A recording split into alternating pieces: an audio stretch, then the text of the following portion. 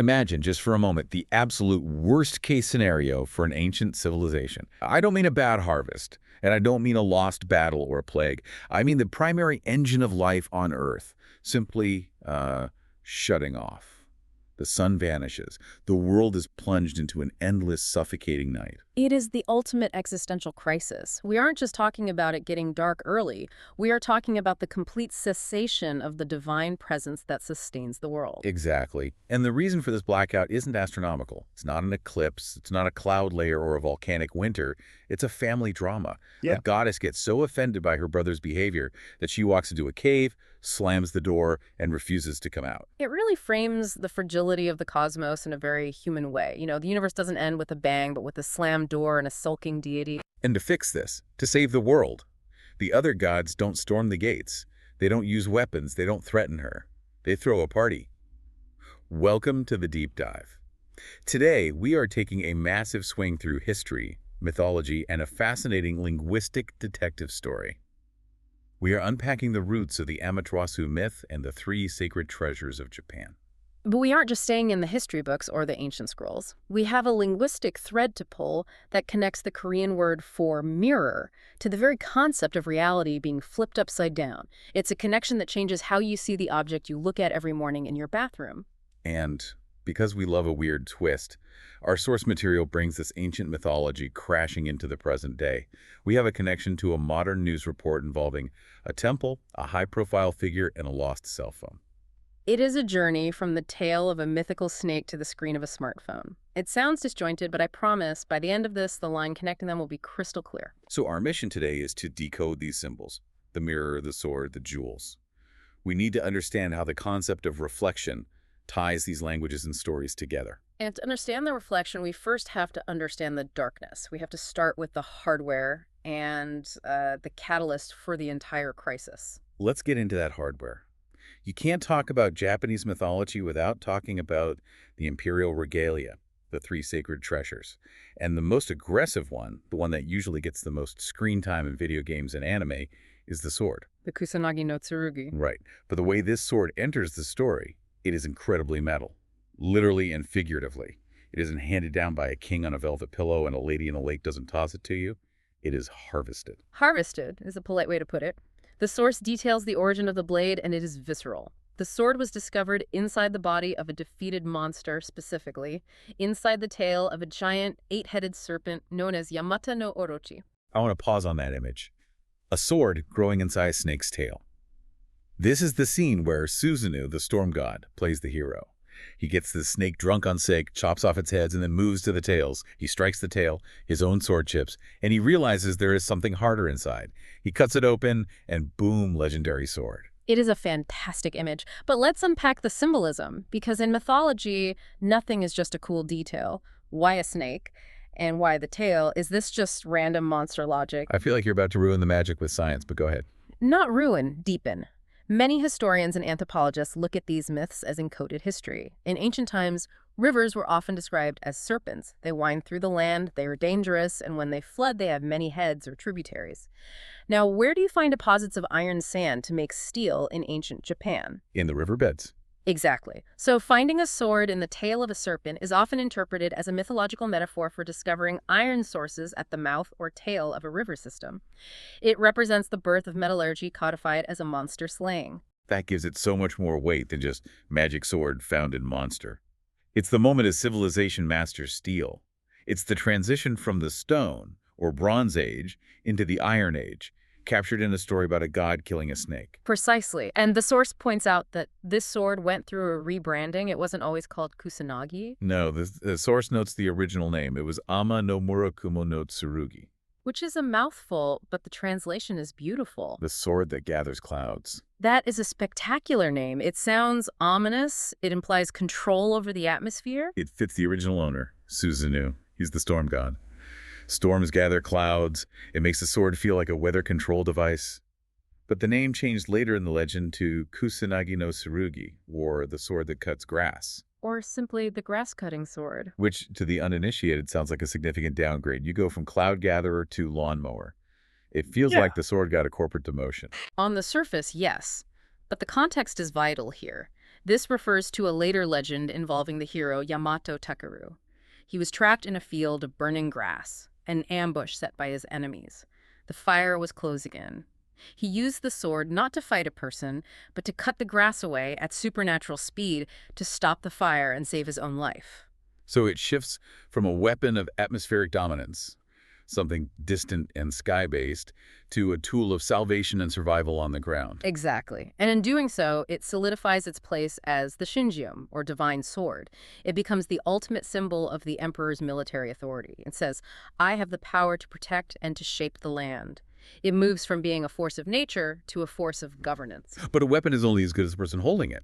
And that brings us to the owner, or rather the brother of the owner, Susanoo. Susanoo, a complicated figure. The source describes him as the younger brother of Amaterasu, the sun goddess. But he isn't the supportive sibling type. The text says he was running wild. That is putting it mildly. Susanoo is the archetype of the trickster god, but with a violent, dangerous edge. He isn't just pulling pranks, he is the storm that disrupts the order. The source lists his offenses, and they are oddly specific. It's not just that he was loud or rude, he was destroying rice buns, the walls between the rice paddies. Which is a direct attack on agriculture. In a rice-based society, destroying the irrigation channels is a capital crime. It threatens the food supply of the entire nation. And he defiled sacred spaces. There's a part of the myth the source alludes to where he acts incredibly disrespectfully in Amaterasu's weaving hall. I believe the traditional telling involves a flayed horse falling through the roof. It does. It's a horrific act of desecration. He throws a flayed horse into the hall where the goddess is weaving sacred garments. It combines death, blood, and violence in a place of purity and creation. And this is crucial to understand. Amaterasu represents order, purity, and light. Susanoo represents chaos, pollution, and storms. They are fundamental opposites. And everyone has a breaking point, even a sun goddess. Amaterasu reaches hers. She doesn't fight him, she doesn't banish him, at least not yet. She withdraws. She engages in the ultimate protest. She enters the Amma no Iwato, the heavenly rock cave, and seals it shut. And this brings us to the crisis. The source emphasizes that the world plunges into complete darkness. I think it's hard for us with our electric light street lamps in 24-hour cities to really grasp the terror of that statement. Absolutely. We have conquered the night in a way. But for an ancient agrarian society, the sun isn't just a light bulb. It is God. It is the engine of life. If the sun goes away, the crops die immediately. The temperature drops. And metaphysically, it means the order of the world has collapsed. Evil spirits which thrive in darkness run rampant. It is the end of the world. So the pressure is on. The gods form a committee. The 8 million kami gathering in the dry riverbed of the Milky Way to figure this out. This is where the story gets really interesting to me. They don't choose violence. No. They realize that you cannot force the sun to shine. You cannot drag the sun out of a cave against her will. Brute force doesn't work on the divine. So they go with a psychological operation, a psyop. It is a masterclass in psychology. They prey on Amaterasu's nature. She is a supreme being, but she is still a being, and beings are curious. The source lists the props they set up for this operation. We have the magatama, the curved jewels, and we have the yata no kagami, the 8-span mirror. These items are placed on a sacred sakaki tree outside the cave. The jewels represent benevolence and the soul or spirit, but the mirror. The mirror is the technology that makes the plan work. It's the trap. And the execution of the plan is brilliant. They throw a party, a festive party, as the source calls it. They get Eomma no Uzume, the goddess of dawn and mirth, to dance on an overturned tub. It's absurd, isn't it? The world is ending, demons are likely swarming in the dark, and the gods are having a rave outside the cave. They are drumming, laughing, and cheering. It's completely counterintuitive. If I were Amaterasu, sitting in the dark, expecting them to be crying and begging for me to come back, and I hear raucous laughter, I'd be confused. I'd be insulted. But mostly, I'd be curious. That's the FOMO. Fear of missing out. They inverted the dynamic. Instead of the gods needing her, they acted like they were having the time of their lives without her. They created a mystery. So she cracks the door, just a sliver. She asks, "Why are you laughing when the world is dark? Why aren't you mourning my absence?" And Amma no Uzume, who is dancing, lies to her.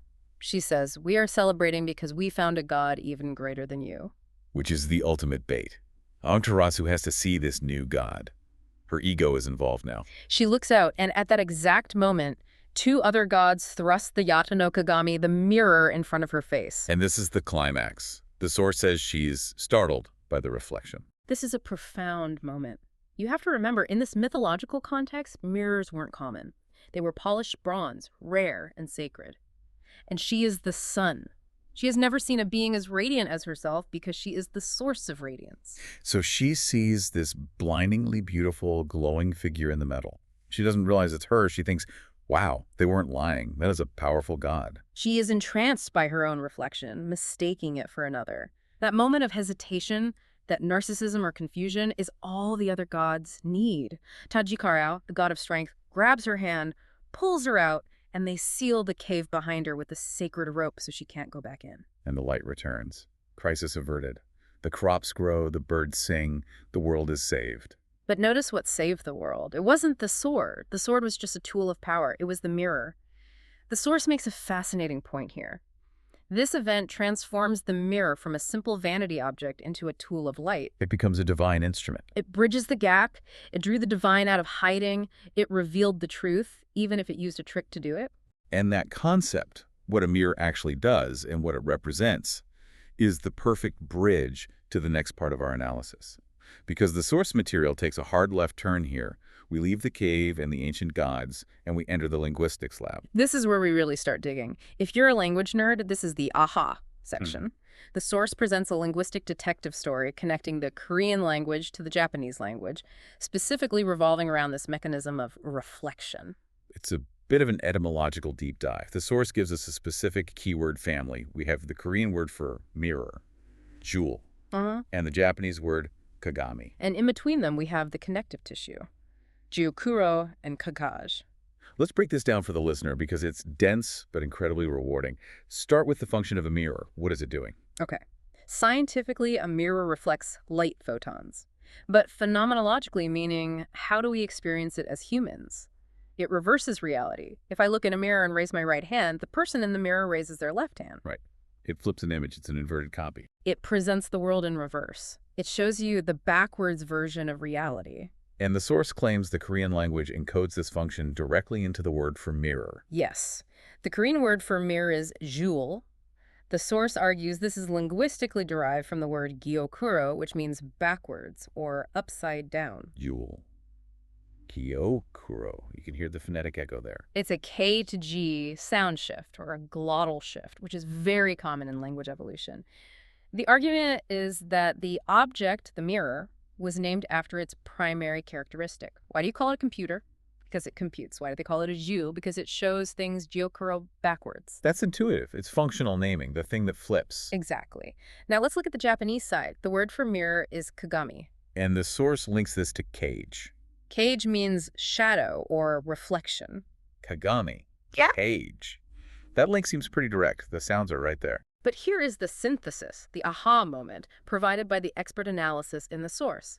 They argue that the Korean gyokuro, backwards, and the Japanese kagami, mirror, are cognates. They're essentially the same word, body, evolved over thousands of years of separation. Wait, so you're saying that the Japanese word for mirror and the Korean word for backwards might come from the same ancient root? That is the theory. Think about the phonetic bridge. Gyokuro has that hard KG sound in the middle. Kagami has the K and G. If you trace the roots back, the concepts of mirror, shadow, and backwards are all tangled in the same linguistic knot. So kagami isn't just a label for a piece of glass. It carries the DNA of the word backwards. Correct. And this changes how we view the object. In this cultural framework, a mirror isn't just a shiny surface. It is a device that creates a cage, a shadow of the world, but a shadow that is gyokuro flipped. It's the reverse shadow. That is a poetic way to think about a bathroom mirror. It aligns perfectly with the Amaterasu myth we just discussed. When she looked into the Yata no Kagami, she wasn't seeing the real Amaterasu. She was seeing the projected, reversed shadow self. It suggests that the mirror is a portal to an alternate state of being. It's not recording, it's a reversal, the upside down, to use a pop culture reference. It creates a duality. There is the viewer and the viewed, the subject and the object, the light and the reflection. And the mirror is the boundary line between them. It's the interface where reality gets flipped. This idea of the boundary line and the flipped reality is super important, especially given where the source material goes next. Because we are about to jump from ancient linguistics to a very specific, very weird modern incident. This is the twist. The source brings us to the present day, to a place called Jinbyapsa. Now, for context, Jinbyapsa is described as a temple, but not just any temple. It is specifically a temple that enshrines Amaterasu. Which is already interesting. Amaterasu is the primary deity of the Japanese imperial family and Shinto. Finding a temple explicitly dedicated to her in Korea, given the complex, often painful history between the two nations, is notable in itself. It suggests a layer of history that isn't often discussed. It implies a deep, perhaps forgotten cultural crossover. But the news story provided in the source isn't about the architecture or the history. It's about a lost item. Specifically, the source cites a report that Kim Kyon-hee's cell phone was found at this temple, Jinbyapsa. Kim Kyon-hee being the First Lady of South Korea. Correct. Now, we need to be very clear here. We are not analyzing the politics of why she was there or the scandal or lack thereof or any of the partisan noise. We're looking at the symbolism that the source draws out. We're looking at this like mythologists. We are looking at the narrative rhyming scheme. Think about the elements we have on the table. We have Amaterasu, the sun goddess who hides in a cave. We have a temple dedicated to her. And we have a modern device found left behind in that sacred space. The source calls it a strange bridge between the mythic and the modern. Think about what a cell phone is, physically. When it's turned off, what are you holding? It's a glass slab, a black, shiny rectangle. It is a black mirror. It is the modern obsidian. We spend hours every day gazing into this black surface, watching a digital reflection of the world. Whoa, I hadn't made that connection. We literally call the show Black Mirror for a reason. So in a way, we have the modern mirror, the phone, being discovered in the house of the ancient mirror goddess, Amaterasu. It is a striking coincidence if you believe in coincidences. The source suggests it serves as a symbolic link. In the myth, Amaterasu was lured out by a mirror. Here, a mirror, the phone, remains in her temple. It creates this eerie resonance, like the story is repeating itself in a minor key, the symbols are echoing across thousands of years. It also speaks to the idea of presence and absence. Amaterasu's defining moment was her absence, her hiding in the cave. A lost phone signifies an absence. The owner was there, and now they are gone, leaving this artifact behind. It's a trace of a person, just like a reflection is a trace of a face. It really drives home the point that these myths aren't dead. We think we've moved past sun goddesses and magic swords. We have 5G and satellites and AI. But the symbols persist. They do. We are still fascinated by reflections. We are still terrified of the darkness or being disconnected. We still look for tools to bring the light back. The technology changes. Bronze mirrors become OLED screens, but the human relationship to the reflection remains the same. And the linguistic connection we talked about earlier, Gyokuro, applies here too. The world we see through our phones, it's also a reversed or shadow world, isn't it? That is a brilliant connection. The digital world is a cage, a shadow of the real world. It is often distorted, flipped, or filtered. Just like the ancient mirror showed a backwards reality, the modern black mirror shows us a curated, often reversed version of the truth. So we've covered a massive amount of ground. We started with a sword pulled from a snake's tail, a symbol of raw, metallic power and the conquest of nature. We moved to a divine rave outside a cave, using a mirror to trick the sun into shining again, a victory of curiosity over brute force. We dove into the linguistics, finding that mirror and backwards are siblings in the language family, teaching us that a reflection is always a reversal of the truth. And we ended up in a temple in the 21st century, staring at a lost cell phone, realizing that the black mirror is still sitting at the feet of the sun goddess. It's a lot to process. What is the big takeaway here for the listener? If they only remember one thing from this deep dive, what should it be? I think the core insight is about the nature of the Kagami, the mirror. We often think of mirrors as showing us the truth. The mirror never lies, right? That's a saying. That's what we tell ourselves when we check our hair. But the linguistics and the mythology tell us the opposite. The mirror always lies. It shows us Gyokuro. It shows us the world backwards. It shows us a shadow. So whether we are looking at history or a news headline or even our own reflection in the morning, we are seeing a flipped version of reality. Exactly. We are seeing the shadow, the cage. To understand the truth, the real object, the real person, the real event, we have to do the mental work of flipping it back. We have to decode it. We cannot take the reflection at face value. That is a powerful tool for critical thinking. Don't just accept the reflection. Ask what is casting the shadow. Ask what is on the other side of the glass. And maybe, just maybe, remember the lesson of the cave. Yeah. When things go dark, when the sun vanishes, don't just bang on the door. Right. Don't force it. Don't scream into the void. Get creative. Find the shiny object. Use curiosity. Sometimes the solution to a crisis isn't a bigger sword. Sometimes it's a mirror and a bit of laughter. I love that. And the source leaves us with a bit of a cliffhanger, doesn't it? It implies that this connection, the temple, the phone, the goddess, is a thread that continues. Myths rarely have a definitive the end. They evolve, they change names, the sword changes from cloud gathering to grass cutting, the mirror changes from bronze to glass to digital, the story keeps going, and we are living in the next chapter. So here is a final thought for you to mull over as you go about your day. Next time you unlock your phone or check your reflection in a shop window, ask yourself, what are you actually seeing? Are you seeing yourself? Or are you seeing the shadow self, the Gyokuro, the backward version that the rest of the world sees? And if you find yourself in a dark cave, metaphorically speaking, try throwing a party. You might be surprised who shows up. Stay curious, everyone. Keep looking for those reflections and keep decoding the shadows. Thanks for diving deep with us. Until next time.